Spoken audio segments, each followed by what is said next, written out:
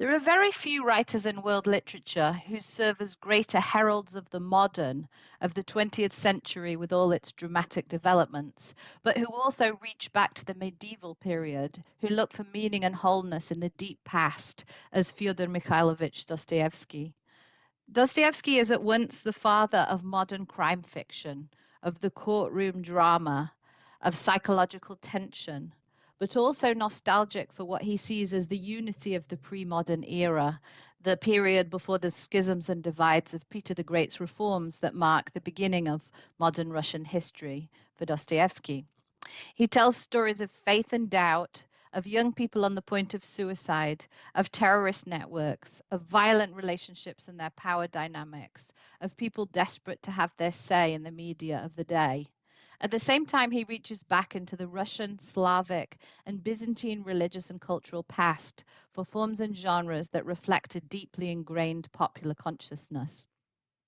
Today, I want to talk about how his novels demonstrate an awareness of the social and ideological divisions and fragmentation of the era in which he lived, but at the same time reflect his desire for national, spiritual, and formal unity.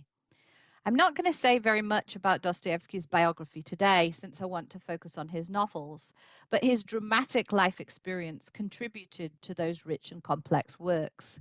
It included involvement in radical political circles in St. Petersburg in his youth, imprisonment in the infamous Peter and Paul fortress, a sentence of execution that was commuted to imprisonment in a Siberian labor camp, and then Siberian exile, involvement in the volatile journalistic circles of St. Petersburg in the 1860s, epilepsy, an addiction to gambling, one turbulent marriage that ended in the death of consumption by his first wife, followed by a happy second marriage that ended in the premature death of a son. Dostoevsky's works are usually divided by scholars into two groups: those he wrote before his Siberian exile and those he wrote afterwards. Most of his best-known works belong to the second period, but a couple of the early works provided a fascinating insight into Russian society before the key historical moment of the 19th century, the emancipation of the serfs in 1861, the first of the so-called Great Reforms carried out by Tsar Alexander II following his accession to the throne in 1855 and the ignominious defeat in the Crimean War. Poor Folk, his first published work from 1846, is an epistolary novel that follows the relations of Makar Devushkin, a clerk who spends his working days copying other people's words, and Varenka Dobrasilova, a migrant to the city and fallen woman who's been seduced and abandoned. The novel is heavily influenced by the stories of Alexander Pushkin, and especially Nikolai Gogol, his literary predecessors, and Varenka sends Makar stories by those two writers along with her letters. Makar is able to find dignity in his correspondence with Varenka that he cannot find in his job, and Varenka is able to escape her loss of reputation through Makar's love. One of the most interesting aspects of the work, and something that Dostoevsky contributes to the tradition building on the works of Pushkin and Gogol, is Makar's self-consciousness, his pride and sense of self-worth, which is challenged by his poverty and the ways in which he's perceived by the wider society, represented by the colleagues who mock his love for Varenka. At times, Makar's insulted rage seems directed at Dostoevsky himself, his creator. In one memorable passage, and this is in the translation by Constance Garnett, Makar complains about the representation of poor people in literature. Poor people are touchy. That's in the nature of things. I felt that even in the past. The poor man is exacting. He takes a different view of God's world and looks askance at every passerby and turns a troubled gaze about him and looks at every word, wondering whether people are not talking about him, whether they're saying that he is so ugly, speculating about what he would feel exactly and what he would be on this side and what he would be on that side. And everyone knows, Varenka, that a poor man is worse than a rag and can get no respect from anyone, whatever they may write, those scribblers. And of course, one of the scribblers is Dostoevsky himself. And it will always be with the poor man as it has been. And why will it always be as it has been? Because to their thinking, the poor man must be turned inside out. He must have no privacy, no pride whatsoever.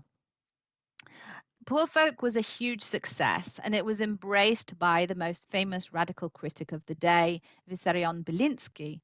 But it was read as a straightforward social critique rather than a work layered with literary allusions, irony, of course.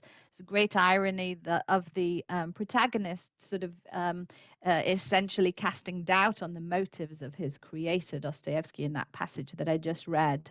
So it was read as a straightforward social critique instead of a work layered with literary allusions, irony, and insights into complex human psychology. The other interesting novel that Dostoevsky published before his Siberian exile, and one which was as firmly rejected by the establishment as Poor Folk was accepted, is The Double, another work heavily influenced by Gogol and featuring a lower level bureaucrat as protagonist. Golyadkin, the main character, embroiled in many of the same professional, social, and romantic humiliations as Makar, comes face to face with his double, who proceeds to best him and betray his confidences in the office and in society. The big question in this work is whether the double is real, a separate bodily presence, or is merely a figment of Golyadkin's imagination, a representation of his split personality disorder or his schizophrenia. Golyadkin is dragged off at the end of the work to a mental hospital.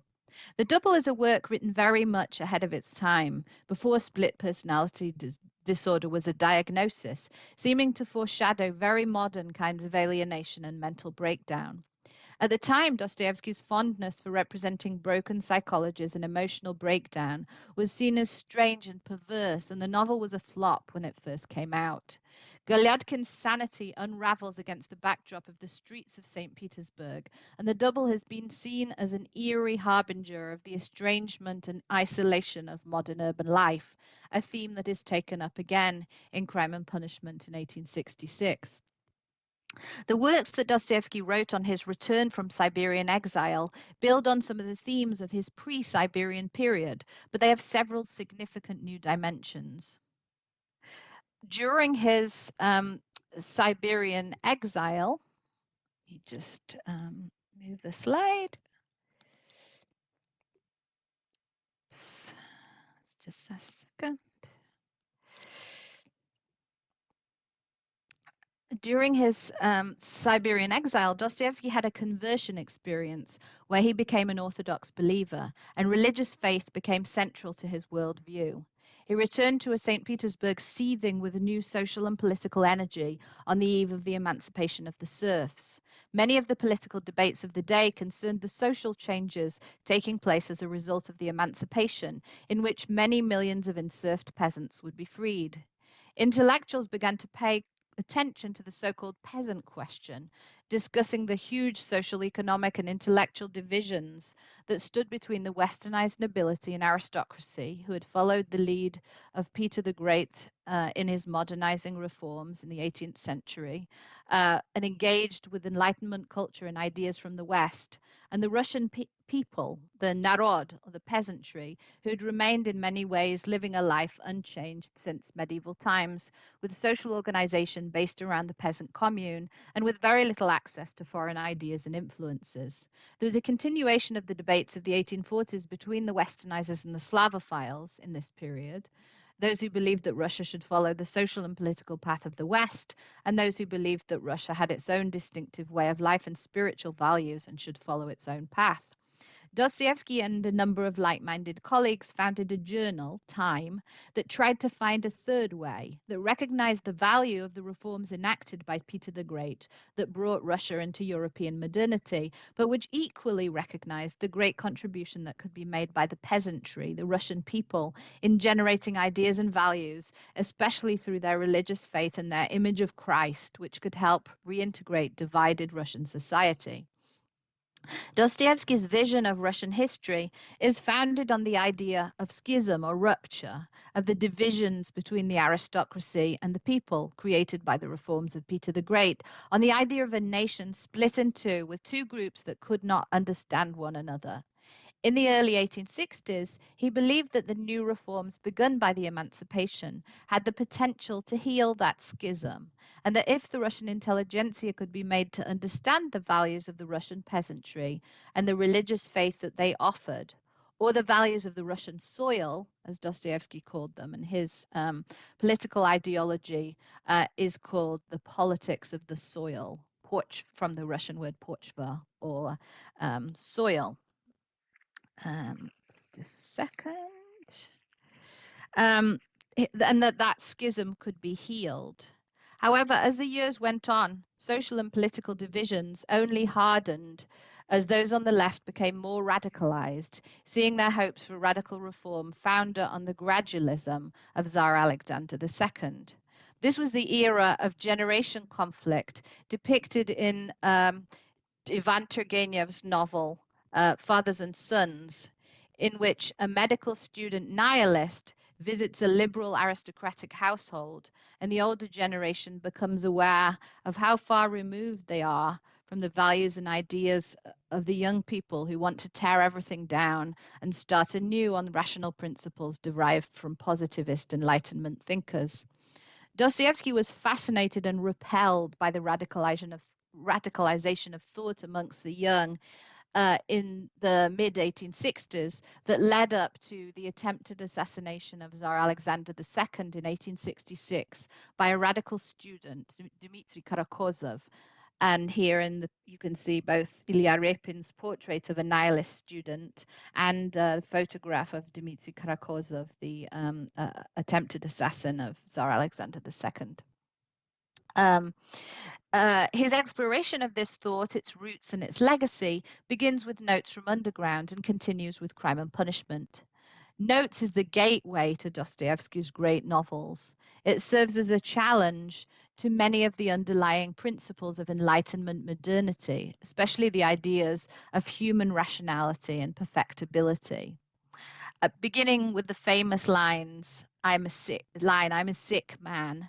Notes from Underground is divided into two parts. The first, more like a philosophical treatise or a discourse in the tradition of Rousseau, and set in the 1860s when the novella was written. The second, more of a conventional narrative with a plot that recounts the underground man's youth in the 1840s. The underground man sets himself against the ideas of humans as rational actors following their own interests. Instead, he defends his own right to go against his own interests to prove his freedom of will. Through the underground man, Dostoevsky attacks Enlightenment assumptions through an examination of the complex and contradictory nature of human consciousness. He shows how the underground man is dependent on others' perceptions of him and is unable to escape from the interdependency of his selfhood with those of others. The underground man is alienated, unable to find any alternative, though Lisa, the prostitute that he rescues, seems to offer an alternative possibility, one of selfless love in which power relations are dissolved. Scholars have discussed the possibility of a missing section in the first part of Notes from Underground that might have been censored, but which may have given a more positive message, maybe even mentioned Christ, or acknowledge the teachings of Christ. While such a passage no longer exists in the extant version, the end of Crime and Punishment does offer an alternative message.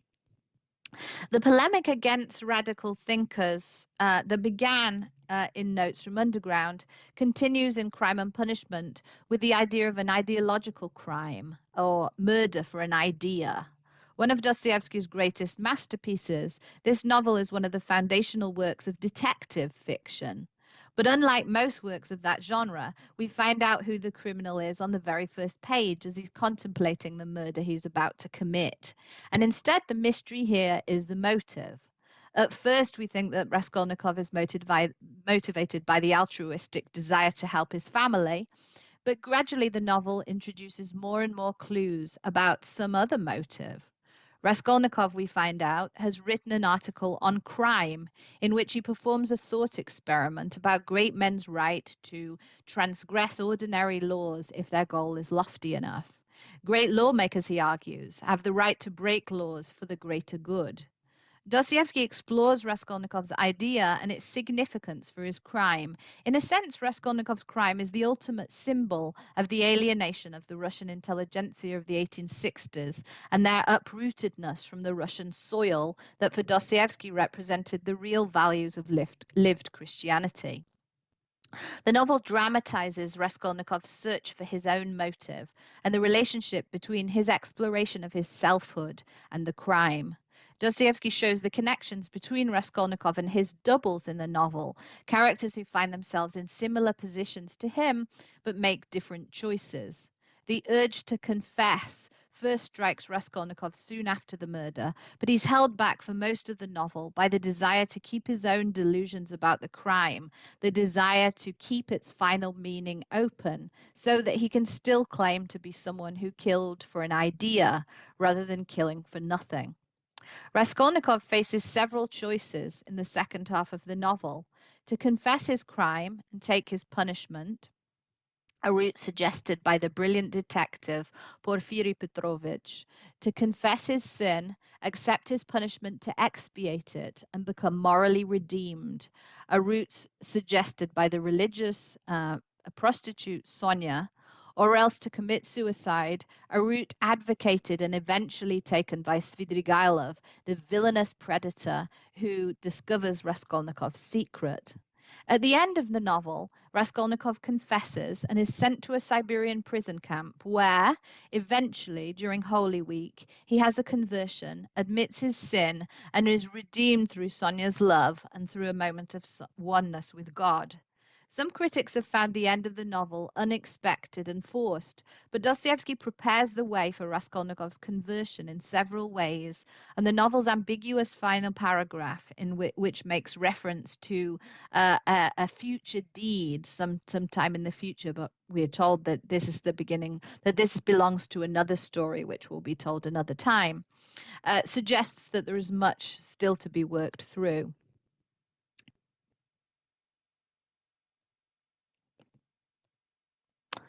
Okay, and on to the idiot. In The Idiot, Dostoevsky explores a new problem, that of a Christ-like hero and how he functions in the real world. The protagonist of that novel, Prince Muishkin, is the zenith of the Christ-like figures that begin with Sonia in Crime and Punishment. Arriving to Russia at the beginning of the novel, Muishkin becomes embroiled in a complicated marriage plot, several love triangles, a nihilist plot, and the fallen female protagonist, Nastasya Filipovna's desire to take vengeance for her violation by Totsky, a rich and well-connected merchant, all the while suffering from the epilepsy that has kept him confined to a Swiss asylum for the first part of his life. Dostoevsky explores the problem of placing a universal, timeless subject, a Prince Christ, as he puts it, into the secular fallen world of late 19th century Russia. This turns out not only to bring characters' emotional and psychic problems to the forefront of Dostoevsky's secular universe, it threatens the laws of that universe itself. While the work begins as a social novel with a regular marriage plot, Prince Muishkin's breaking of all social norms and mores creates waves of tension that reverberate throughout the novel. Not one but two women fall in love with him, and yet he proves incapable of the eros that both demand from him. The very structure of the novel is shaken, and the narrator withdraws in the second half of the novel, leaving the reader disoriented and confused for much of the rest of the novel. We, readers, like Muishkin, become confused about what is real and what is not. There's a rupture at the very heart of this novel. As we make our way through the chaos of part four of the novel, through the narrator's speculations and rumors and digressions, almost reminiscent of Gogol at times, we feel as though the novel is collapsing before our very eyes. The Russian novel, after all, is not a sacred form, it's a secular one, and it's very difficult for it to absorb a Christ-like figure like Mushkin. However much it seems to enshrine the desire to return to a prelapsarian world of unity, it cannot. It must make do with what it has, with the fallen human materials. Prince Muishkin's epilepsy serves as a metaphor in the novel. Associated with his mortality, it helps bolster his identity as a Christ-like figure. But that epilepsy has a double structure. It's always associated, in Myshkin's case, with a premonition of the divine, of a sense of unity with the world, a fact that's mirrored in the structure of the novel itself, which also provides a premonition of unity in part one before falling into the fragmentation of subsequent sections of the novel. Just as Myshkin ponders whether this unity is worth it or not, or if the price of his fall into a fit, into mortality, is too high a price to pay, we too wonder about whether the price the novel exerts for its perfectly beautiful man in the opening scenes is worth the price. At the same time, the centrality of the theme of the apocalypse in that novel, the book of Revelation is mentioned multiple times, suggests another possible reading of the novel. Myshkin enters the novel, after all, on a train, the symbol of modernity that becomes associated through the readings of Lebedev and the novel's own heavy hints with apocalyptic scenarios. Does, in fact, the novel depict a world already riven by the divisions of the end times of the book of Revelation? Certainly, referenced throughout the novel is an apocalyptic modernity that begins with the French Revolution and its guillotine, threatening the stability of the world order, haunts the novel. Towards the end of the novel, Dostoevsky has Myshkin articulate the possible escape from that modernity, the possibility of resurrection through Russian Orthodoxy. But he has him articulate this vision at the moment of his greatest weakness and humiliation, at the party thrown by the Yapanchins towards the end of the novel. And ultimately, the novel fails to present any alternative to this apocalyptic scenario. Myshkin ends the novel going back to Switzerland and falls back into the debilitation that he'd experienced prior to the main plot of the novel. He remains ultimately a kind of holy fool, unable to communicate his truth to anyone else. And now on to Demons and the Adolescent. In Demons and the Adolescent, Dostoevsky explores the dark side of Russian modernity that he had begun to observe in Crime and Punishment and The Idiot, the end point of the aristocracy and intelligentsia's rejections of the values of the Russian soil that Dostoevsky had preached in his journalism of the 1860s. In the former novel, he fictionalizes one of the most infamous political crimes of the period, the assassination of a student by the terror organization begun by the anarchist Sergei Nechayev after he tried to leave the organization. What began as what Dostoevsky called a political pamphlet, one of the many anti-nihilist novels of the day, soon became something much more profound and far-reaching, as Dostoevsky developed the figure of the aristocratic anti-hero, Nikolai Stavrogin, who's the brains behind all of the distorted thinkers and revolutionaries in the novel, and a symbol of the alienated, rootless aristocracy for Dostoevsky. He shows the radicals as the ideological sons of the westernizers and liberals of the 1840s, those who flirted with Western values and solutions in the decades before the emancipation. Two of Dostoevsky's most interesting characters, the student Shatov, who's thrown off his nihilist views and embraced Russian Christianity, and the engineer, Kirillov, who commits suicide as a form of protest and overcoming mortality and human limitations. Both of these are former disciples of Stavrogin. Dostoevsky shows sympathy with Shatov, but also shows him unable to really embrace the Christianity of the Russian people. Resurrection at the last minute in the novel comes unexpectedly on the deathbed of the aristocratic liberal Stepan Verkhovensky, Stavrogin's former tutor and son of the leader of the nihilists, Pyotr Verkhovensky. Stepan goes on a sort of pilgrimage at the end of the novel and finally finds forgiveness for his sins and a kind of resurrection on his deathbed. But so many of the other novel's other characters meet meaningless ends or end up committing suicide like Stavrogin himself. In the deathbed conversion of Stepan Verkhovensky, there are some of the seeds of the more optimistic vision of the Brothers Karamazov. But first we need to at least briefly cover the Adolescent, one of Dostoevsky's messiest novels, but one which he really tries to convey the social fragmentation of post-reform Russia. On the slide, I've given you two quotations from the notebooks that Dostoevsky wrote as he was planning out that novel. And you can see that disintegration and chaos, social disintegration, is at the very heart of the theme of that novel. And in fact, Dostoevsky even considered calling it disorder. The first person narrator of that novel, the protagonist and the titular hero, Arkady Dolgoruki, is the illegitimate son of the nobleman Versilov, another version of the Stavrogin of demons, an alienated aristocrat who's lost any sense of rootedness in the Russian soil, and Sophia, his former serf. He has the last name of Sophia's husband, the deeply religious peasant pilgrim Makar Dolgoruki. For much of the novel, Arkady tries to follow in his father's path, but becomes stymied at each stage by his complicated past and dark secrets. He and Versilov compete for the same woman, his sister becomes pregnant by another character, and the family collapses in all possible ways. In the end, Arkady finds a way out of the chaos by listening to the wise stories Makar tells on his deathbed. And by charting his own course, independent of his father's complicated legacy. The novel's messiness reflects its subject, the collapse of a family. Here we see the collapse of the form of the novel itself, a disintegration that can be seen in a way in each of Dostoevsky's novels since The Idiot. However, following The Adolescent, Dostoevsky started work on a novel which looks very different from those that have come before, in which the resurrection promised at the end of Crime and Punishment takes place earlier in the novel and seems to power the regeneration of the form of the novel itself.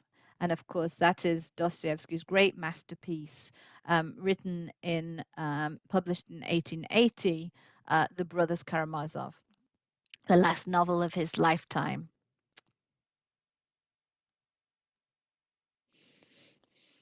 In The Brothers Karamazov, Dostoevsky was finally able to express a vision of Russian historical, national, and spiritual totality and unity to set aside the vision of disintegration that characterizes the two novels that lead up to it.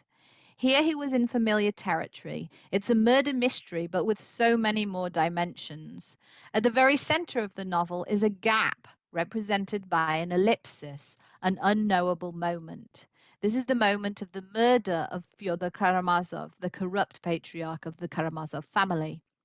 The jury at the trial need to explain that moment, but Dostoevsky also demands that his readers come to understand what may have happened then, and the stakes could not be higher. The question of what Fyodor's eldest son Dmitry Karamazov did in that moment becomes a question of human nature more broadly, of what man may or may not be capable of, because Dmitry is the novel's blank slate, the protagonist to be either judged and punished or redeemed through an embrace of the politics of the soil. In a sense, everything in the Brothers Karamazov leads into or out of that moment, the moment when Dmitry Karamazov may or may not have killed his father. Many novels are structured like classical tragedies. They build up to and prepare for a crucial moment of realization and then fall away from that moment. But the Brothers Karamazov, perhaps more than any other novel, retains the same density of plot, of theme, of ideas, almost the whole way through the novel. Particular threads of images and motifs are carried through many different parts of the novel, refracted through different kinds of inserted narratives, like the famous Grand Inquisitor and Russian monk sections of the novel, but also by smaller stories which characters tell each other during the course of the novel. In The Brothers Karamazov, Dostoevsky shows another broken family and the costs of Enlightenment reasoning through Grand Inquisitor and Ivan Karamazov's rebellion, the way of thinking that eventually allows him to permit his villainous half-brother Smerdyakov to go ahead with the murder of his father. Dostoevsky uses medieval genres and narratives to express this rebellion. Ivan tells Alyosha to read Grand Inquisitor, and here's the quote that I gave you on the slide. with us in Moscow in pre-Petrine antiquity, much the same kind of dramatic performances, especially from the Old Testament, were given from time to time. But besides dramatic performances, there were many stories and verses floating around the world in which saints, angels, and all the powers of heaven took part as needed. In our monasteries, such poems were translated, recopied, even composed, and when? Under the Tartars. There is, for example, one little monastery poem from the Greek, of course, and this is from the preface that Ivan gives to his story Grand Inquisitor, which is, of course, the expression of his rejection of the Christian moral paradigm. This is one of many references to apocryphal legends, to legends from the Apocrypha, the books which weren't included in the canonical Bible. Which, of course, have a great cultural significance in the Russian and the Byzantine religious cultural tradition. And Ivan composes his challenge to God's world in a similar form to these apocryphal legends that pose questions about the meaning of life and the events of the Gospels from an outsider perspective. I don't have time to go into it too much here, but Ivan composes a kind of apocryphal gospel to challenge the Christian vision of the world. Of course, his ideas are at odds with his behavior as he allows Smerdjakov to go ahead with murdering Fyodor Karamazov, and subsequently Ivan is visited by his devil, whose appearance, compounded with Ivan's guilt, sends him into an attack of brain fever. The novel constitutes a battleground between God and the devil, as Dmitry Karamazov says of the human soul in his confession to Alyosha near the beginning of the novel, just like many medieval Christian legends. Yet at the same time, it's a battleground complicated by and informed by the intellectual and spiritual legacy of the Enlightenment that, of course, Dostoyevsky had been critiquing in various ways since Notes from Underground. Dostoevsky cannot create, nor does he want to, Christian art in the manner of the hagiographic works of the medieval period, though he does embed into his novel an artistic homage to these works. That's, of course, the life of Zosima, written by Alyosha and included in the section of the novel called Russian Monk. And he also includes, of course, Elder Zosima's teachings of active love. Dostoevsky shows the spiritual and cultural context of the Christian faith of the Russian people, that which has been revealed as lacking in the worldviews of the westernized intelligentsia and aristocracy in the novels leading up to the Brothers Karamazov, and in that novel features in the figure of Ivan. Yet he doesn't dismiss the social and spiritual crisis of the intelligentsia. Far from it, he builds doubt into his novel through the power of Ivan's rebellion, structured as it is on the model of medieval apocryphal legend. The project must always be punctuated by the kind of doubts that can never be wholly dismissed in Dostoevsky's works, especially not in a novel that makes a difference between characters we can relate to and see as models and those we cannot. Zosima, the saint-like figure, the only character with no doubts, is never truly integrated into the novel other than in the moment of his bodily corruption after death. In life, he is always more of a hagiographic creation than a novelistic one, and Alyosha, who comes closest to being the novel's representation of the positive hero, cannot dismiss the truth that Ivan tells him of a condemnation of a world built upon the tears of tortured children. It's the figure of Ivan, of course, who gives powerful voice to these doubts and whose skepticism takes in both the critique of Christianity that we find in the medieval Apocrypha and the more modern critique for the age of non-Euclidean geometry. And of course, that's taken from Ivan's complaint that humans have Euclidean minds and try to deal with a world created by God in accordance with non-Euclidean geometry. Ivan Karamazov has become one of the most celebrated figures of rebellion against God in world literature, not merely because of the emotional power of his arguments. Who can forget in that novel the child torn to pieces by the general's dogs? And who can agree to partake in a world that's built upon his tears? But also because of the irrefutability of Ivan's claims within the terms in which they are laid out. The counter-argument to Ivan and the Brothers Karamazov has to be made in radically different terms, from a worldview with radically different assumptions, and in the novel itself from within a very different kind of genre, hagiography, a genre which perhaps fits less easily into the novel than the narratives which are proposed by Ivan himself. Because the two arguments inhabit fundamentally different realms, one can never totally answer the other. One can never entirely win out over the other. The situation can only ever be resolved in a third realm. And here, of course, that third realm is the main plot of the novel, which is the arena of the conflict between the Grand Inquisitor's view and Christ's view. Or within the terms of the Karamazov family, if Ivan is pitched against Alyosha, then of course it is Mitya or Dmitry Karamazov, the third term, the blank slate that can be written on, the subject for conversion. Hence, though the novel moves in and out of the perspectives of each of the brothers, it centers most clearly on Mitya. Yet he and his story are never entirely absorbed by either of the dominant worldviews of the novel. He remains a free agent. His moral and narrative potentiality are key to the novel as much as anything can be the key to a novel as multi-layered, complex, and irreducible to a formula as Brothers Karamazov is.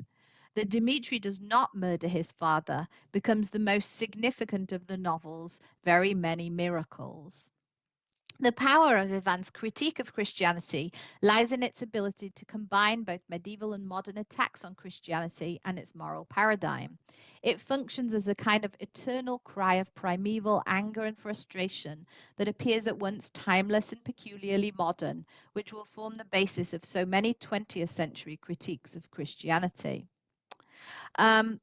To go back to miracles, the novel deals with them quite a lot in books 6 and 7, in the Russian monk, and then the section after that, when Zosima's body is expected to remain uncorrupted, but then becomes corrupted. And of course, Alyosha has his doubts, but then eventually is able to regain his faith in a moment of oneness with God. But of course, the miracles of the Zosima section are embedded in a very different kind of scheme. These books borrow heavily from the realm of hagiography, and the miracles of the life of Zosima are the kairotic moments of oneness with God experienced by both Zosima and his brother Markel. And of course, what happens to Mitya in that moment when he doesn't kill his father is also a kind of miracle, which we'll get back to in a minute. The expected miracle of Zosima's bodily preservation, of course, fails to take place and is replaced instead by this Alyosha's moment of moral and spiritual regeneration, and also by Mitya's the fact that Mitya doesn't kill his father, that he takes center stage, and with the dramatic plot of his own psychological development keeping pace with the novel's own murder plot. In the final parts of the novel, Mitya becomes aware of his own moral freedom and is able to embrace the love of Grushenka, free from the violence and obsession with power that had dominated their relations at the beginning of the novel. And at the same time, another very important strand of the novel, the boys whom Alyosha takes under his wing, who Dostoevsky depicts earlier as subject to the same destructive nihilism as Ivan himself, come together after the death of one of their number, Ilyusha Snigiryov. And Alyosha tells them to celebrate Ilyusha's memory and find a sense of spiritual community together. The final scene of the Brothers Karamazov, Alyosha's speech at the stone, represents a sense of spiritual optimism that's also present in Dostoevsky's own speech on the great Russian poet Alexander Pushkin, delivered at an event to celebrate the unveiling of a new statue to him on his jubilee. And in that speech, Dostoevsky celebrates the possibility of overcoming the divisions that have riven Russian society since the reforms of Peter the Great. And that Pushkin speech by Dostoevsky was celebrated by those on both sides of the divides of the Russian intelligentsia as being a great speech of bringing people together. Though, of course, tragically, that speech was given on the eve both of Dostoevsky's own death and on the eve of the assassination of Alexander II, which in many ways brought to an end this complex period about which Dostoevsky was writing. Knowing that Dostoevsky was himself a committed Orthodox Christian, some readers have seen Brothers Karamazov as an expression of the author's personal faith. But there are also many different kinds of Christianity that we find in the novel, different textual traditions, different confessional traditions, different concepts of heaven and hell. The Brothers Karamazov embraces the Christian eschatological vision, yet insists that that doesn't mean rejecting or renouncing its status as a novel. But as a novel, of course, it cannot reproduce the strictures of the Bible itself. It's not, after all, a gospel.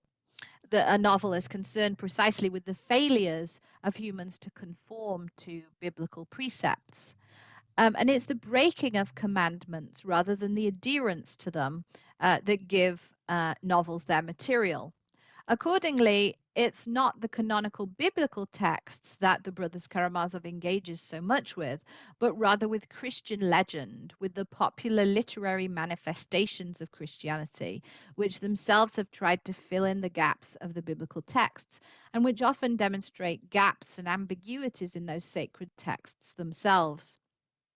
Whether through the lives of saints, which made sacred virtue tangible through its manifestation in the life of an individual, the medieval apocrypha that sought to illuminate the darker corners of the Christian doctrines, or the 19th century folk legends, which recast the values of the biblical accounts in the light of the social values of the peasantry. Legend has always provided the narrative means by which Christianity has become intelligible to the majority of its followers. And it also forms the genre foundations for Dostoevsky's novel, for which the Christian moral paradigm is so important, and yet within which it plays such a complex and multifaceted role. In conclusion, Dostoevsky's great novels were inspired by the dramatic social and political events of the 1860s and 1870s in Russia and reflect his developing belief that the huge spiritual, cultural, and social divide between the westernized intelligentsia and aristocracy and the Russian peasantry, the narod, threatened to fragment society and lead to an apocalyptic modernity in which old social forms such as the family and the church were breaking down. While the great novels of his middle period, from Crime and Punishment to The Adolescent, depict this process of social and spiritual crisis and its implications even for the novel itself, the Brothers Karamazov provides the hope for a resurrected Russian society, one in which the aristocracy and the people can come together united, according to Dostoevsky, by an Orthodox Christian vision of wholeness and by the memory of a unified past. Thank you very much.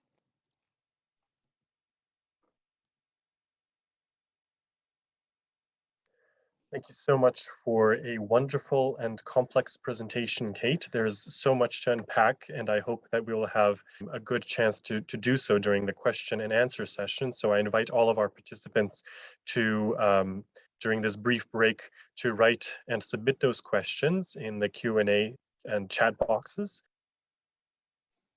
All right, Kate, we already have a few questions in the chat box. The first of which is from Conrad, who I must admit to the audience here is actually my dad, and he was also a high school English teacher, which will very much factor into the next question by Lady Agnes, which is why I am noting all of this. And he would like to know, who is your favorite character and why? And another individual here joining us named Maria said, thank you for a fascinating talk. And she was wondering about your favorite novel. So I guess we can take that any way we would like, either character first, novel first, what have you. So this is a very, very tricky question because whatever novel I'm reading by Dostoevsky at any particular time is my favorite Dostoevsky novel. Oh, I must admit to having a very soft spot for The Adolescent, this very, very messy novel written before the Brothers Karamazov. One of the reasons for that is that it's narrated in the first person by a young man of 21, and it conveys many of the sort of anxieties and self-conscious aspects of being that age. So it's kind of a fun novel. It's a really fun novel to teach to students, but it's also a very messy novel with a complicated plot that's quite hard to follow. So my other favorite Dostoevsky novel is, of course, The Brothers Karamazov, for some of the reasons that I explained in the lecture today. It's just so full of, it's so perfectly plotted. It's so wonderfully constructed with the three brothers, each kind of representing a different sort of view of the world, and this combination of kind of secular genres of the trial scene and so on, but with with this kind of deep religious cultural tradition that it's also engaged with. That's another reason why that's one of my favorites. And as far as characters go, well, I have a soft spot for a couple of Dostoevsky's darkest characters, I have to admit. Stavrogin, who's the sort of the kind of empty, he's a sort of, in a way, he's one of the archetypal figures of sort of the emptiness of evil, right? He's this sort of alienated aristocrat who has sort of, in a sense, inspired all of these revolutionaries to participate in this conspiracy. And yet, by the time the novel begins, there's, in a sense, he's kind of developed already through multiple stages and multiple phases, and is sort of, in a sense, left. It becomes a kind of an enigma by the beginning of the novel. So that I find interesting. I also, other favorite characters. I have a soft spot for some of Dostoevsky's kind of comic. Sort of comedy characters, like, for instance, Captain Libyadkin, the drunken captain in Demons. But really, it's very hard to answer, because all of Dostoevsky's big five novels are kind of up there as my favorites, I would say. All right, wonderful. Thank you. So Agnes writes, I sadly didn't appreciate Crime and Punishment when it was assigned in high school, which is why I made my comment before. I don't feel that way, just to note to the audience. Assigning it as a large amount of summer reading to a teen with no context was not the best way to present it. Any idea why there are so few dramatization of Dostoevsky's novels? Are they too cerebral to dramatize, too Russian for modern Westerners, requiring too much background to flow properly for Westerners, or something else? Dickens and Shakespeare have all been done over and over again. Why not Dostoevsky? And another attendee follows up on Agnes's inquiry and says, well, I had a variant of this question. If not dramatization, why so few operas or musical adaptations of his work? Yep. Yeah, that's great. So first of all, I should say that actually Dostoevsky's novels are wonderful for adapting to the stage. There were several important adaptations, in fact, at the beginning of the 20th century, in the so-called Silver Age of Russian literature, and also several important productions, theatrical productions in France following the revolution, and so on. And part of the reason for that is that there's so much dialogue in Dostoevsky's novels. Characters are always speaking to each other. So in fact, they are sort of perfect for adaptation. And there's very many wonderful Russian stage productions. When I was a student, I went to a 9-hour theatrical production of Demons that was kind of set over one day. But it's true that there are very few adaptations in the English language tradition. And I think part of that, I think that Dostoevsky is intimidating to a lot of to a lot of people. There's so much going on, and I do think that people there's this idea that more context is needed. Actually, there's been a couple of good adaptations of Notes from Underground, which is in many ways sort of actually one of Dostoevsky's harder texts to understand, and yet maybe because it's short, and maybe because it's just a kind of confessional monologue. There have been some great productions of that. And what was the other one was about operas and so on. Yes, I'm a huge opera fan, and I really for the anniversary I was thinking about operas based on Dostoevsky, and it's true that there are very few. There's a wonderful Czech opera by Janacek based on The House of the Dead, and then of course there's The Gambler as well, Prokofiev, I think.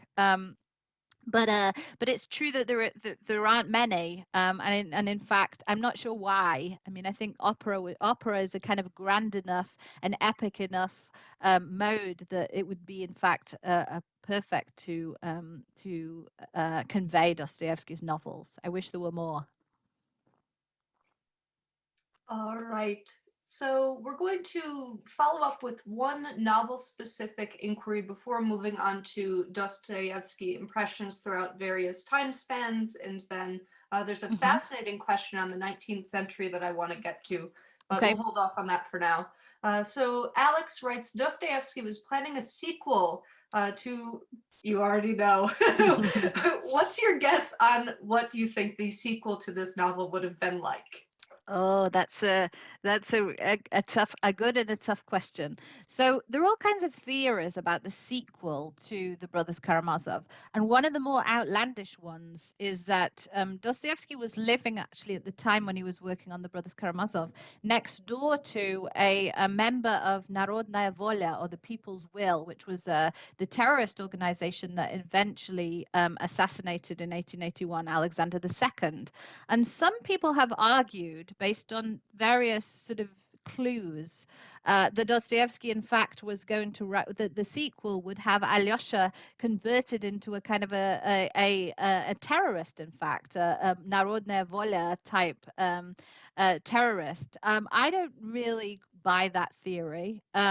But yeah, it's who knows, right? It's hard to imagine. I mean, in a sense, it would be fun to think about Dmitry Karamazov going off to Siberia and what his Siberian experience would be like. So maybe a sequel set in Siberia, or maybe a sequel that kind of moves even further into the turn of the century and sees what might happen in that town in the years leading up to the revolution. I'm not really sure. All right, thank you. So Emma asks, how did Dostoevsky's views of women influence his female characters? How did the prevalent views of women in the 19th century, specifically in Russia, influence these characters as well? That's a great question. So Dostoevsky himself was very engaged with what was known at the time as the Zhensky Vapros, the woman question, in the second half of the 19th century. There was a lot of discussion amongst the intelligentsia on the question of what women should be able to do, how women could contribute in various ways to society. And Dostoevsky himself, actually, after the death of his first wife, he had a couple of female lovers who were, in fact, pretty interesting women. One of them became actually was a medical student and became actually a doctor later on. And he was very supportive of the movement for higher education for women that was beginning in St. Petersburg at the time. But he also has a tendency to depict women as sort of very emotionally dramatic, right? He has a kind of soft spot for the femme fatale characters, such as Nastasya Filipovna in The Idiot. And so I guess I would answer that by saying that he was very engaged in the question of what women could contribute. I guess the same things happen to women in a sense in Dostoevsky's novels as happen in many novels of the period, right? Which is that the protagonists are all male, right? So those who are kind of the great ideologists of Dostoevsky's novels are all male, and so women do tend to be kind of reflections of the protagonists rather than anything else. But all right, so Douglas asks, what did the Bolsheviks think of Dostoevsky? He seems to be foreshadowing, the awfulness of the revolutionary period. yes, and certainly Dostoevsky was anti-revolutionary in his own politics, and especially in that novel Demons that I mentioned. And that novel, in fact, for a period of time in the 30s through the 50s, was in fact it was censored. And Dostoevsky was certainly, in the 1920s, sort of in the period of slightly more cultural liberalism. In the beginning of the post-revolutionary period, he was tolerated, and people still continued to read him in that period. But as things, obviously under Stalin, Dostoevsky was sort of a forbidden writer essentially, and it's only really in the 1960s, in the thaw, that Dostoevsky became more widely read and began to be taught in schools and so on. And certainly Crime and Punishment is probably assigned, has been for a long time in Russian schools, assigned probably at too young an age, when people aren't quite ready to appreciate it. The same with Tolstoy's War and Peace, by the way. But certainly, yeah, so that certainly you're not the only one who sees in his novels a kind of, in a sense, a sort of premonition of the revolution, for sure. Sure. All right. So we're going to stick kind of with Dostoevsky in different time periods for just a moment before getting into a little bit about translation, which I love. Mm-hmm. But what do you think Dostoevsky would say about current Russia? Ooh, this is a hard question too. So Dostoevsky was a Russian nationalist, so I think, and the current regime, of course, is Russian nationalist. So I think that there would be certainly Dostoevsky would have without a doubt backed the invasion of Crimea, for instance. But on the other hand, I think there are also things that Putin and his regime do, which Dostoevsky would have found both highly repellent and also hilarious. So, for instance, the sort of the denial, the sort of undermining of truth that Putinist propaganda likes to engage in. I think that that's something that Dostoevsky would have been fascinated by, the sort of rhetorical games that some of Putin's ministers and spokespeople, the kind of games they use to try to evade questioning and so on. I think that's something that he would have found fascinating. All right, so a little bit, as I mentioned, back to translation and this idea of form and what's tangible, what's intangible. The individual writes, assuming you have read Dostoevsky both in English and in Russian, have you had any moments where comparing or rereading the same novel in both languages has revealed something that was not tangible in English translation? Yeah, so I guess there are certain terms which are particularly, the sort of often the etymology of particular words are important. So the word obraz in Russian, which means form, it has a kind of a slightly different sense in Russian to the word form in English. So there are lots of different kinds of versions of that, or sort of variations of that word that are very important for Dostoevsky. So благообразие is like blessed order or something. It's not really easily translatable into English. Or безобразие, which means chaos, but literally in Russian it means without form. And obraz is also connected to, it's also the can mean image or icon, right? So the idea of kind of the perfect form of the icon is there in that word, right? So there are lots of great translations of Dostoevsky's novels, and I certainly have no difficulty in teaching the novel in translation to undergrads, which is what I always do. But for sure, reading in Russian yields all kinds of rich etymologies and sort of relations between words and so on, which we can't get at in the English translation. All right, so two attendees actually came up with very similar inquiries at right around the same time. So I'm going to Interesting. blend these two together. The first writes and first asks, do you feel that the same socio-political climate that fostered Dostoevsky's writing is present today? Are there any other current writers, public figures, who you feel have taken on a similar role in fighting cultural nihilism? And then the next person first begins by saying wonderful talk and asks, can you think of any contemporary writers that you might call a spiritual heir of some sorts to Dostoevsky? Anyone who has a similar interrogation of the human psyche with depth. And this individual is looking for writer recommendations.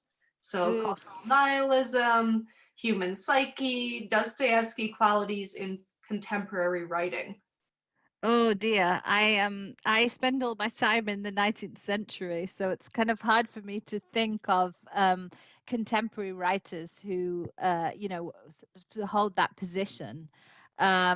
Certainly, I would say that in terms of of the contemporary moment, what always strikes me is what Dostoevsky would have made of social media, because he this idea of presenting ourselves in a particular way through a particular medium, I think is something that he very in certain ways there are actually a lot of parallels, I think, between Russia of the 1870s and the West, let me say, just put it as generally as that today, in terms of the sort of the way in which people kind of live this kind of almost fake life on social media, right, which kind of takes them away from their families, or takes them away from their rootedness, right, in reality, is definitely something that I think Dostoevsky would have recognized, right, in terms of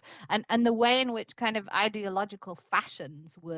That was something that he was very interested in, and sort of people. So in a way, Raskolnikov is actually a kind of man of the media, right? He's someone who was kind of reading all of the latest newspapers and so on, and kind of reading up on the latest theorists from France and so on, and a kind of being trapped in that kind of theoretical world is in a sense part of what led Raskolnikov to this point with his idea, right, that allowed him to murder.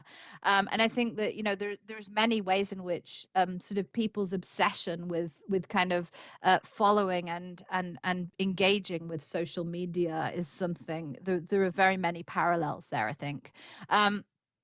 Contemporary writers. I'm sorry, I don't have an answer to that one. I wish I did. I wish there were some Dostoevskys of the contemporary period that I could read, but I'm not sure about that one. All right, thank you. So we are going to conclude here with a final question for you, actually, Kate, about your work with digital humanities and Dostoevsky, excuse me, in kind of a tech presence, I guess you would say. Could you speak to that a little bit more for our audience? Describe some of the projects, some of the tools that you use. Yeah. So first, I'll just as a kind of continuation from the previous question, I'll say that Dostoevsky has a very lively life online. So we have with the North American Dostoevsky Society, we have a Twitter account, we have a Facebook page. We actually held a birthday party for him on online on Thursday with 80 people from all over the world. So I mean, certainly in terms of social media, that we're actually kind of using that to really kind of spread his work all over the world. But in terms of my own work with tech stuff, so my project Digital Dostoevsky is a digital humanities project in which we have plain text versions of all of Dostoevsky's novels, and we are doing what we call computational text analysis, which is basically marking certain sections of the text. So it could be in all kinds of ways. So it might be marking when particular characters speak, when the narrator speaks. It might be marking when and what kind of names are used, what kind of places are named, and there are all kinds of things that you can do with that. So for instance, instance, one thing that you could do would be to create a map of a novel in which events happen where in St. Petersburg, for instance, in Crime and Punishment. Or you could compare, for instance, the different styles of narration between different narrators in Dostoevsky's novels. So we're sort of asking various kinds of questions in that sense. But as I think I briefly mentioned before, I think what we're doing is actually in a way not so different from more traditional philological analysis or literary close reading of texts. But I guess you would say that it was even closer, given that we're able to, for instance, very easily find out how many times something occurs or where it occurs or where it's sort of things like that, the diffusion of certain kind of phrases and so on within the text.